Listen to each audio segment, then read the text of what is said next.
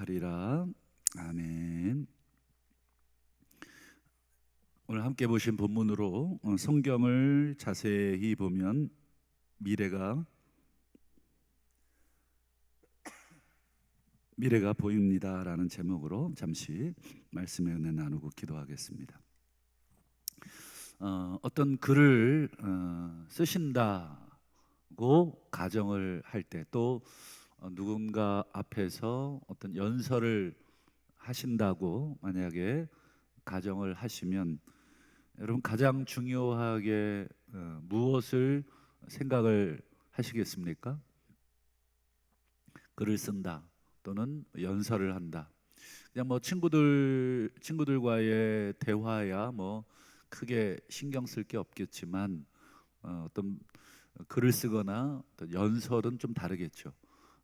글이나 연설을 쓸 때 가장 중요하게 여겨야 될 것은 내가 뭘 말하고자 하는가. 그냥 막 있는 대로 막 다 얘기한다고 좋은 글이 되는 것은 아니고, 또 좋은 연설이 되는 것은 아니죠. 글의 소재나 또 말의 소재가 내가 말하고자 하는 것을 전부 다 뒷받침해 줘야 되겠죠. 뭐 예시도 그렇고 어떤 뭐 인용도 그렇고, 뭐든지 내가 뭘 말하고 싶은 건지, 상대방이 내 글을 읽고 또 내 연설을 듣고, 뭘 얘기하려고 하는구나, 뭐 오늘 뭐 두 가지구나, 아니면 오늘 한 가지구나, 이렇게 분명하게 그 목적을 여러분 가지고 있으셔야 되겠습니다. 그렇다면 우리가 이제 누가복음을 이제 새롭게 읽기 시작을 하는데, 누가복음을 그냥 막 읽으셔도 되겠습니다만, 그냥 막 읽으면 머리에 남는 게 하나도 없죠. 그리고 누가도 그냥 뭐 생각나는 대로 막 이 얘기했다가 저 얘기했다가, 맞아, 이것도 있었지, 이것도 집어넣고 저것도 집어넣고. 그건 마치 요리를 하는데 집에 있는 모든 재료를 다 집어넣는 것과 똑같습니다. 이게 무슨 맛이지? 뭐 설탕도 넣고 소금도 넣고 뭐 식초도 넣고 있는 재료 다 집어넣는다고 맛이 나질 않듯이, 어떤 글을 읽을 때, 글을 쓸 때 그렇습니다. 누가도 이 누가복음이라고 하는 이 긴 복음서 중에 상당히 길죠. 24장이나 되고 사도행전은 28장이나 됩니다.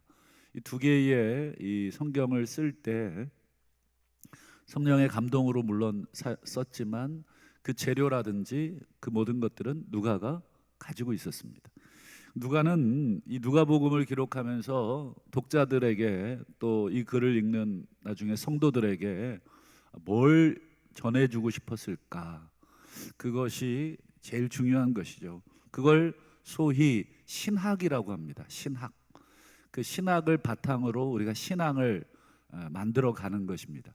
그래서 신학이 없는 신앙은 굉장히 허무하고 위험합니다. 왜냐하면 내 마음대로 내 신앙을 생각하고 만들어 가기 때문에. 그러나 성경이 보여주는 신학적 기초 위에 신앙을 만들어 가고 생각을 만들어 가는 것입니다. 그런 면에서 우리 누가복음 1장 1절을 다시 한번 볼까요?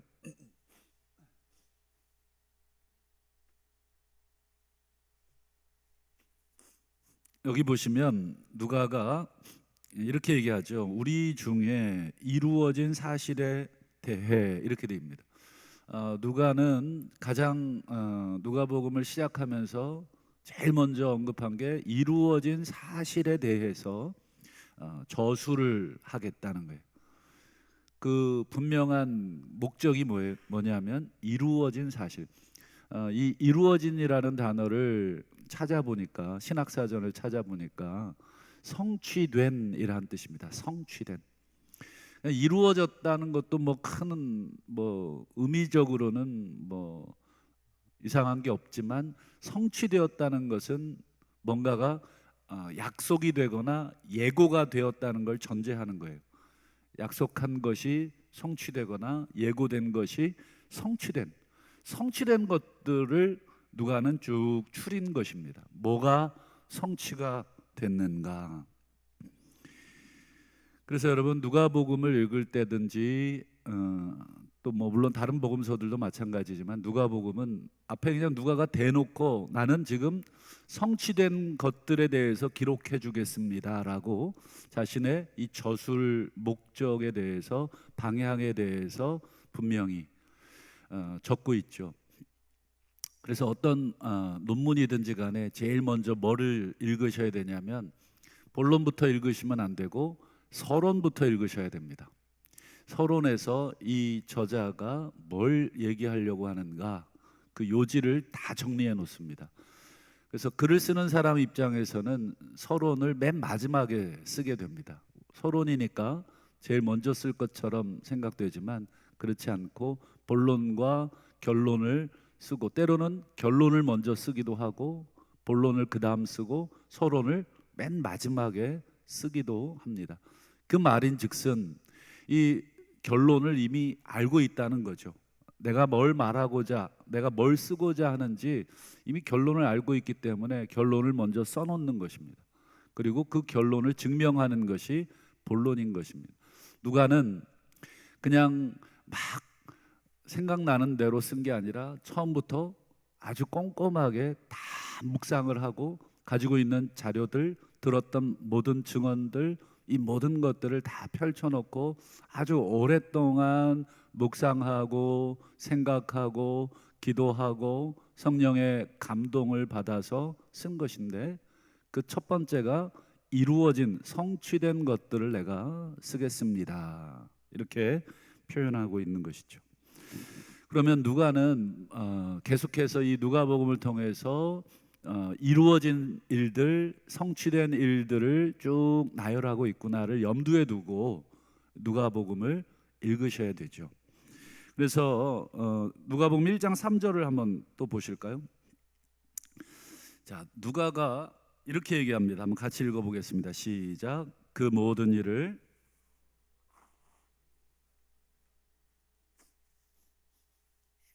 여기 보시면 누가가 나도라고 얘기하지 않고 이 모든 일은 무엇이냐면 성취된 모든 일, 이루어진 모든 일을 근원부터 처음부터 자세하게 미루어 살폈다.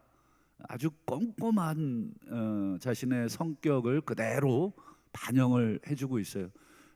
사도행전 시간에도 말씀드렸지만 누가의 직업은 의사고 바울과 함께 2차 전도 여행 때부터 같이 바울을 옆에서 보았죠. 그리고 바울의 설교를 들었고 바울의 글을 읽었고 바울을 통해서 신학을 배웠고 바울을 통해서 신앙을 또 배웠죠. 누가는 아주 철두철미한 사람이었던 것을 알 수 있어요. 그러니 여러분 그런 사람이 글을 쓴다 그러면 허투루 쓰는 글이 아니겠죠. 굉장히 읽을 만한 글이 될 것입니다. 그래서 저도 어떤 논문이나 글을 읽다 보면 이 사람 대충 썼다. 근데 어떤 글을 읽으면 와 이렇게까지 글을 쓸 수 있구나. 제가 최근에 바울과 선물이라는 아주 좋은 책을 하나 구입을 해서 읽은 적이 있는데요.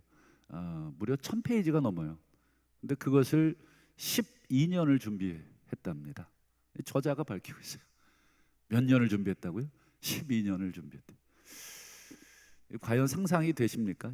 어떤 책을 하나 쓰기 위해서 12년을 준비했다. 그 작업, 자료를 모으는 작업, 그다음에 도서를 전부 분류한, 물론 한계는 있겠지만 본인이 할 수 있는 최대한의, 오늘 누가처럼 똑같은 것입니다. 이 모든 일, 성취된 모든 일들을 근원부터 자세히 미루어 살핀 다음에 붓을 든 것이죠. 그렇다면 여러분 우리가 누가복음을 읽을 때 이 누가의 정성, 이 누가의 이 꼼꼼함을 우리가 기억해. 그러니 어떤 것도 허투루 쓴 것이 없다.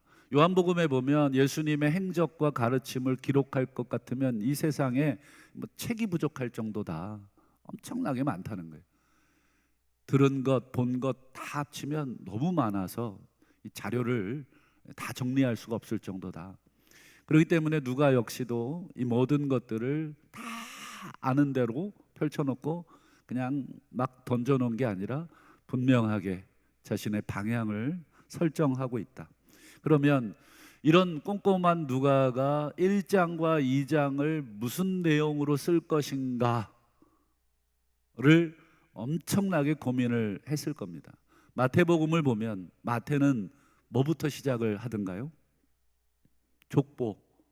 마태는 족보를 먼저 써줍니다. 왜 족보를 마태는 먼저 쓰려고 했을까? 이걸 생각하듯이 누가는 1장과 2장 어찌 보면 서론이라고 할 수 있는, 자신의 복음서의 서론이라고 할 수 있는 1장과 2장에서 무슨 얘기를 하고 있었습니까? 우리가 지난 이틀간 우리가 보셨죠?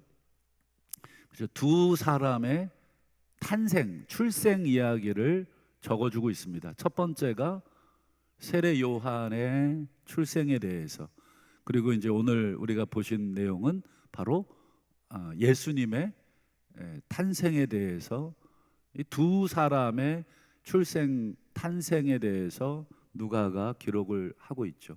그렇다면 도대체 이 두 사람의 출생이 이루어진, 성취된 것과 어떻게 연관됐는가를 누가가 설명을 하겠죠.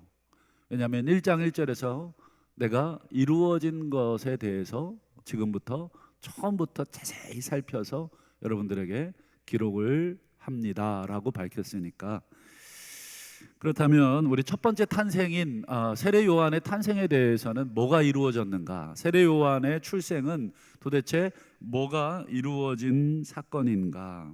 한번 1장 17절을 다시 한번 보실까요?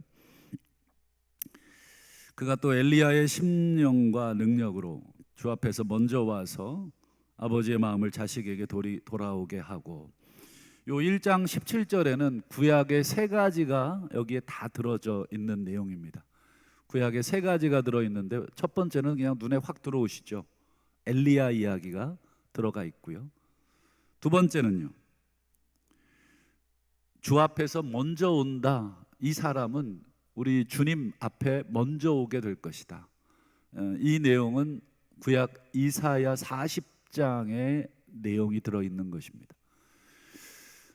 마태복음과 마가복음에 보면 그래서 이 이사야 40장을 먼저 인용합니다. 세례 요한의 출생을 얘기할 때 마태와 마가는 이사야 40장, 광야에서 외치는 자의 소리가 있다, 요걸 먼저 얘기합니다. 너희는 주의 길을 예비하라. 즉 광야에서 주의 길을 예비하는 자가 계속 외친다는 거예요.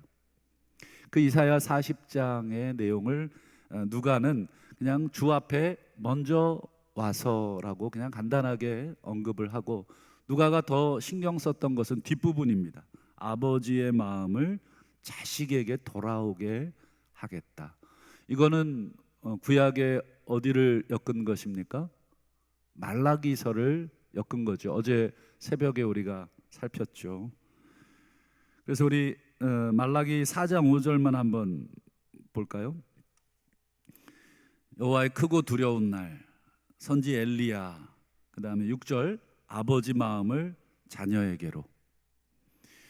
이게 말라기에 보면 정확하게 나오죠. 선지 엘리야도 나오고 아버지 마음도 나오고 자녀도 나오고. 근데 한 가지가 또 있죠. 크고 두려운 날, 여호와의 크고 두려운 날. 그러니 구약의 말라기를 알고 있는 사람은 엘리야가 올 것이고 아버지 마음을 자녀에게 돌이킬 거라고 하는 내용을 다 알고 있는데, 언제 이 일이 일어납니까? 크고 두려운 날. 그러니 누가가 지금 1장에서 세례 요한의 탄생을 이야기하면서 이 말라기 4장을 인용했을 때 사람들은 지금 여호와의 크고 두려운 날이 지금 성취되고 있구나, 이루어지고 있구나, 이 예언의 말씀이 이루어지고 있구나, 이거를 금방 알 수 있습니다. 우리는 잘 구약에 익숙하지 않아서 뭐 찾아보고 연구해야 되지만 유대인들은 구약에 아주 익숙한 사람들입니다. 딱 들으면 압니다. 왜 우리도 전문가들, 뭐 농사 전문가, 뭐 통신 전문가, 컴퓨터 전문가, 뭐 의학 전문가, 뭐 몇 마디 딱 던져보면 뭐 금세 무슨 얘기하는지 딱 알아듣죠. 어떻게 이루어지는지 금세 다 알아듣습니다. 이 구약 누가가 이 구약의 이 말씀들, 엘리야 이야기, 아버지 마음 자식에게 돌이킨다는 이야기, 주님 앞에 먼저 온다는 이야기, 이 모든 것들은 구약에서 계속해서 메시아의 시대가 도래할 것에 대한 예고를 하고 있다 하는 것을, 그러니 이 17절 한 구절만 가지고도 이미 이루어진 사실이다, 지금 뭐가 이루어졌는가를 분명하게 보여주고 있죠. 두 번째 탄생 이야기가 이제 예수님 탄생 이야기인데, 그것도 한번 볼까요? 누가복음 1장 32절 33절인데요. 여러분, 이걸 딱 보는 순간 구약의 말씀이 매번 떠오르셔야 됩니다. 큰 자가 되고 지극히 높으신 이의 아들이라 일컬어질 것이요, 주 하나님께서 그 조상 다윗의 왕위를 그에게 주시리니 영원히 야곱의 집을 왕으로 다스릴 것이고 그 나라가 무궁하리라. 여기서 지극히 높으신 이의 아들이 나오죠. 그 조상 다윗의 왕위가 나오죠. 영원히라는 단어, 왕으로 다스린다, 왕위, 통치가 나오고 그 나라가 무궁하다, 이런 단어들이 핵심적인 단어들인데, 이 표현을 딱 보는 순간 구약에 예고된 말씀, 사무엘 하 7장 말씀이 이 안에 다 들어있는 것입니다. 그걸 한번 볼까요? 사무엘하 7장 12절과 13절. 내 몸에서 날 내시 그의 나라, 그의 나라의 왕위 영원히 견고, 이 핵심 단어들이 지금 사무엘하 7장에 이미 다 들어있네요. 이걸 지금 누가는 꺼내서 지금 예수님의 탄생에다가 인용하고 있는 거예요. 여러분, 사무엘하 7장은 누구에게 약속하신 겁니까? 다윗에게 약속한 거죠. 다윗이 하나님을 위해 성전 짓겠다고 하니까 하나님이 너무너무 기특해 하셨죠. 야, 어떻게 그런 생각을 다 했냐? 네가 날 위해서 집을 지어주겠다고? 물론 하나님 집이 필요 없으시지만 뭐가 고마우셨던 거예요? 그 마음이. 그래서 하나님이 오히려 하나님 집 지어주겠다는 다윗에게 내가 너를 위해 집 지어줄게, 너의 집을 내가 지어줄게, 네 몸에서 네 씨를 통해서 너의 나라를 내가 세워줄게, 그의 왕위를 내가 견고하게 해줄게. 근데 영원토록. 유대인들은 이걸 문자적으로 그냥 읽었죠. 아, 다윗의 이 왕권을 영원하게 하시겠다. 그래서 지금 유대인들의 깃발에 별이 이렇게 가운데 딱 찍혀 있거든요. 그게 다윗의 별입니다. 다윗의 왕위가 영원할 것이라는 이 사무엘하 7장에 근거해서 이스라엘은 자신들의 국가 이념을 삼고 국기를 만든 것입니다. 그러니 사무엘하는, 이 사무엘하 7장은 뭐 우리에게는 뭐 이런 게 있었어라고 생각되어지는 구절이지만 유대인들에게는 뭐예요? 건국의 기초가 되는 말씀입니다. 굉장히 중요한 말씀이죠. 그러니 이거는 웬만한 갓난아기부터 다 아는 말씀입니다.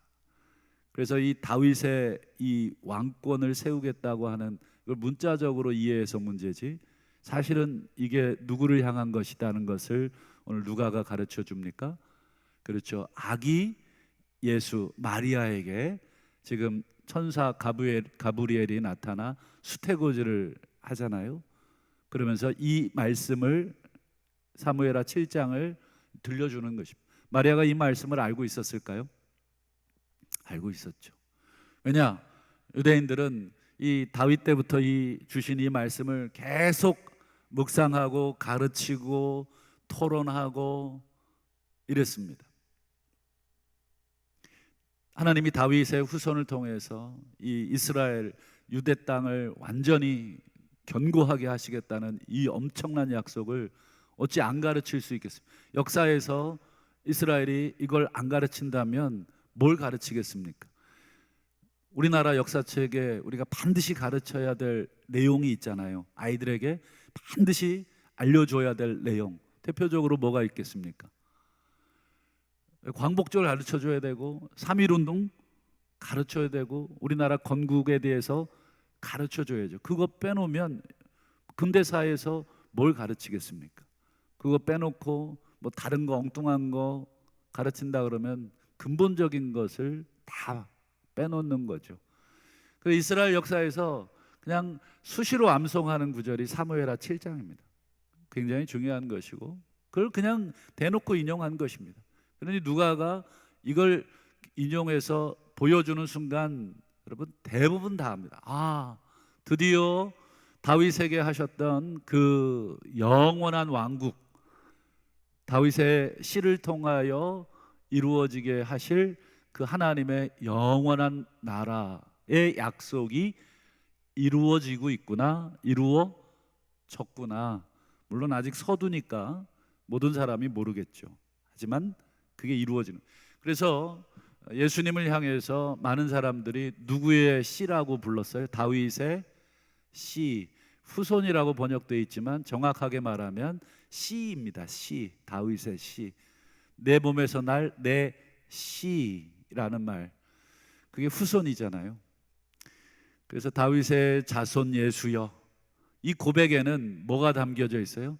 영원한 하나님의 약속이 담겨져 있는 소망의 고백입니다.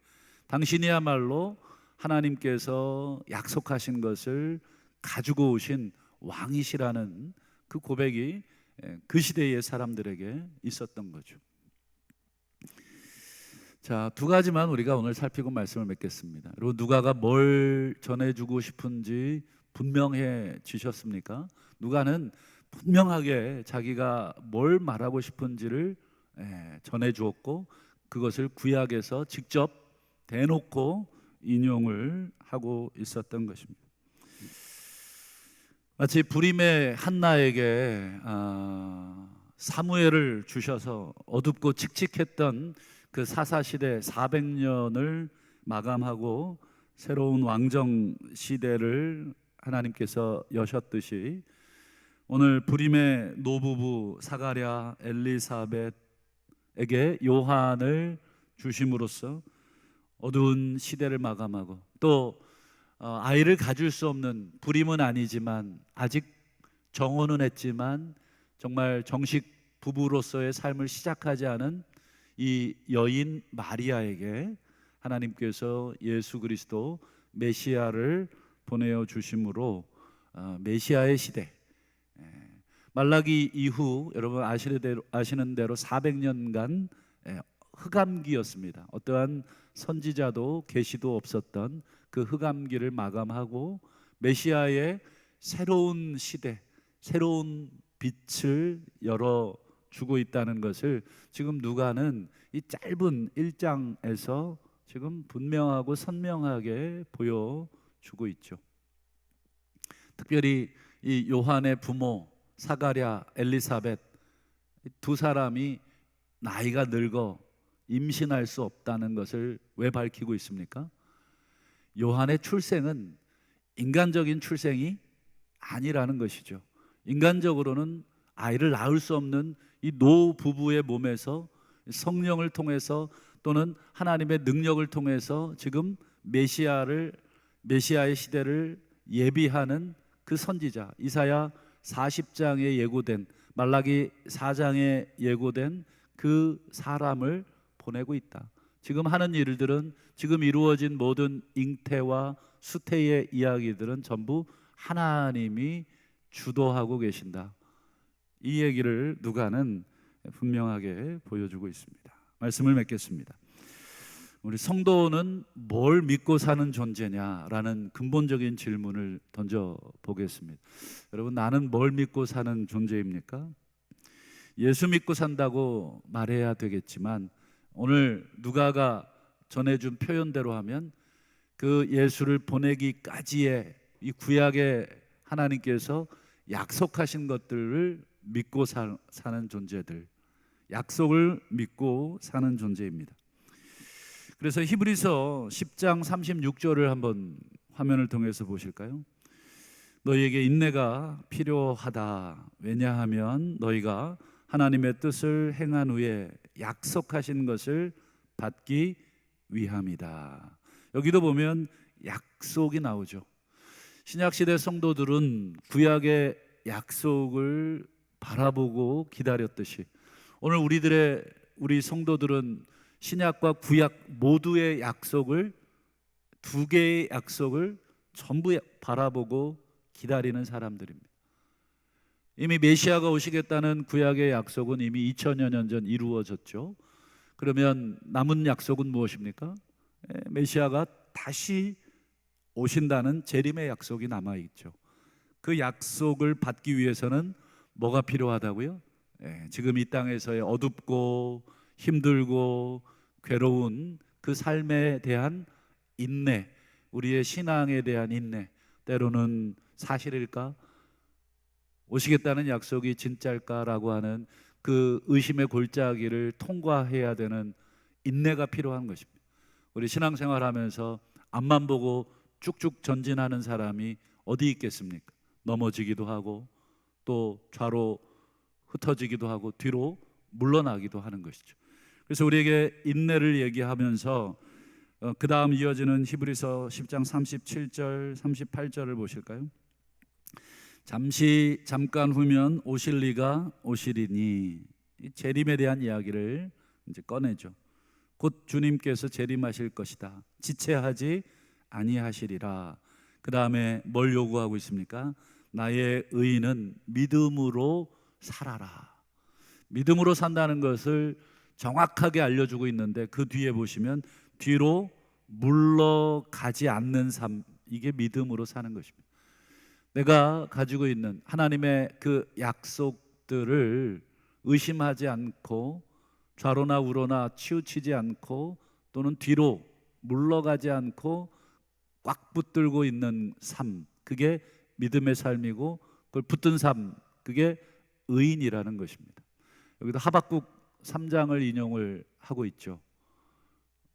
그러면서 뒤로 물러가면 내 마음이 그를 기뻐하지 아니하리라. 우리 주님께서 약속하신 것을 꽉 붙들고 살아라. 그래야 내가 기쁘다. 바라기는 암울한 시대, 소망이 없는 시대, 앞이 보이지 않는 참담한 시대를 우리가 살고 있다고 느껴지십니까? 우리의 믿음이 정말일까라고 하는 의심의 시대를 혹시 살고 있다고 느끼시다면 오늘 이 누가가 전해준 성취된 사건들을 다시 읽으시고 그리고 또 히브리서 이 말씀 앞으로 성취될 이 약속들을 다시 한번 붙들고 주님, 우리의 믿음을 견고하게 하시고 뒤로 물러서지 않게 하시고 우리 주님 기뻐하시는 그 믿음으로 하루하루 기도하며 또 말씀 붙들고 또 승리하며 살아가게 하옵소서. 이렇게 기도하시고 살아가시는 저와 우리 성도님들 다 되시기를 주님의 이름으로 축원합니다. 이 시간 주신 말씀